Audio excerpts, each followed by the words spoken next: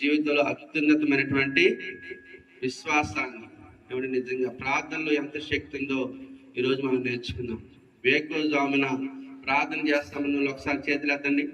వారందరి కొరకు మేము ప్రార్థన చేస్తున్నాం. అలాగనే ఒక నిమిషం లేదా 2 నిమిషాలు మీరు అలాగనే చేతులెత్తి ఒకవేళ మోకరించగలిగితే మోకరించండి. చివరి ప్రార్థన మనం చేసుకుందాం.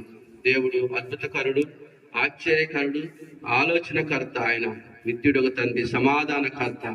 నిజంగా ఒక వ్యక్తితోటి, సమరయ స్త్రీతోటి దేవుడు మాట్లాడినప్పుడు ఆమెలో ఉన్నటువంటి పాపాన్ని అక్కడే విడిచిపెట్టి, తన పాపపు కుండను అక్కడే విడిచిపెట్టి, తన గ్రామానికి వెళ్ళి తను తెలుసుకున్నటువంటి సత్యాన్ని, తను నేర్చుకున్నటువంటి సత్యవాక్కుని, ఆయన ఇచ్చేటువంటి జీవజలమును మీరందరూ పొందుకోవాలి అని తన గ్రామానికి వెళ్ళి సుఖాడు అనేటువంటి గ్రామాన్ని మార్చినట్లుగా ఈ రాత్రి దేవుడు మనందరితో ఒక తీర్మానము.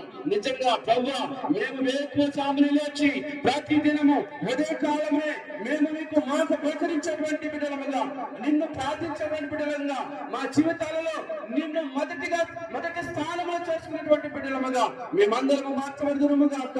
మేమందరము మోకరించేటువంటి బిడ్డలముగా మార్చబడేటువంటి ఆ గొప్ప ఆలోచన అందరికి అనుగ్రహించినందుకు స్తోత్రాలు చెల్లిస్తున్నాం. అయ్యా, నీ యొక్క దాసుల ద్వారా మాట్లాడిన ఆ మాటలో ప్రభు శక్తి ఉంది ప్రభు. అయ్యా, నీ ప్రభావం ఉంది ప్రభు. అయ్యా, నీ యొక్క గొప్ప కార్యాలు ఉన్నాయి ప్రభు.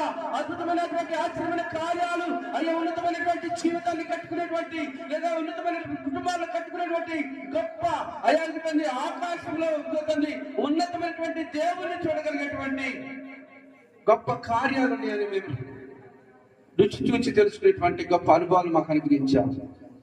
నిజమే ప్రభువా, వేకువనే లేచి ప్రార్థించినటువంటి వారి యొక్క ముఖాలు తేజరిల్లుతాయి.